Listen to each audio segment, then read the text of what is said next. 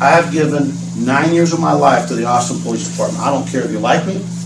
I don't care if you don't like me. If you like me, I don't really care. But I give a shit about our men and women.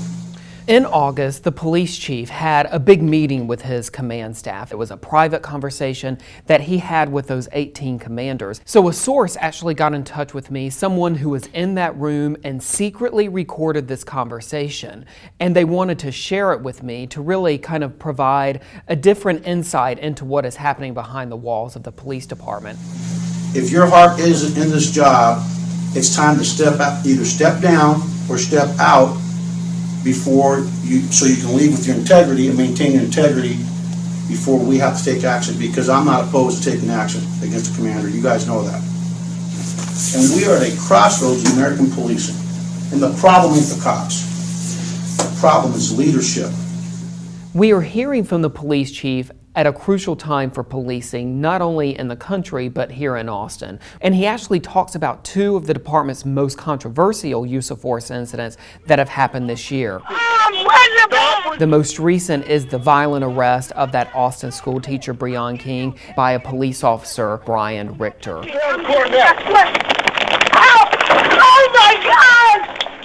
The police chief is livid that that was not brought to his attention sooner. In fact, he learned about it when we started asking questions. So he's saying to his command staff, get with the program.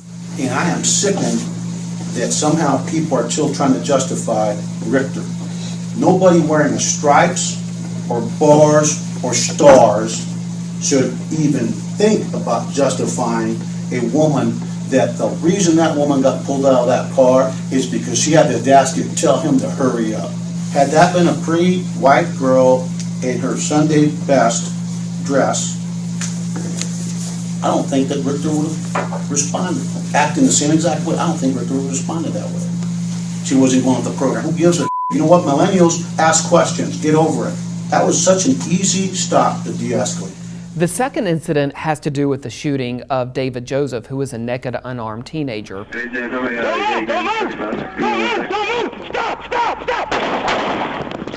And what we hear in this recording is the police chief expressing frustration that there are officers who do not support his decision to fire the police officer in this case, Jeffrey Freeman.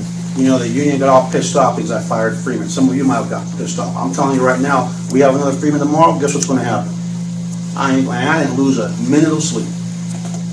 If you can't handle a 19-year-old kid, broad daylight, naked, and your first instinct to come out with your gun, and your next instinct is to shoot the kid dead, you don't need to be a cop. I don't give a shit how nice you are. Ho, ho! Jeffrey Freeman has got to go! Hey, hey! Ho, ho! I talked to a number of law enforcement experts nationally who do warn that changing the culture of a department is really an uphill climb, that policing has been a profession that for decades has been steeped in the culture of protecting one another. The problem is leadership that lacks the intestinal fortitude to make the tough calls. Rather than just call it the way it should be called, they try to mitigate for the officer. They try to act like they're union rep. That is not our job.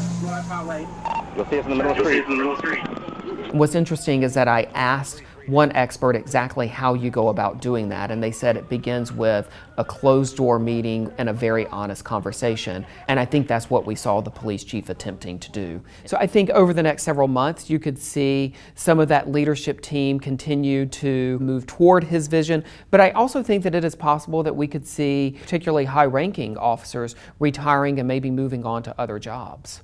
I think the biggest takeaway is the police chief himself. You know, we see him moving in the public, speaking in the public in one way, and while his message was consistent, this is more of an unvarnished look at the police chief and a very disappointed and unhappy police chief. If you're not willing to do the heavy lifting, check out, because you will not survive. Thanks, guys. Okay, let's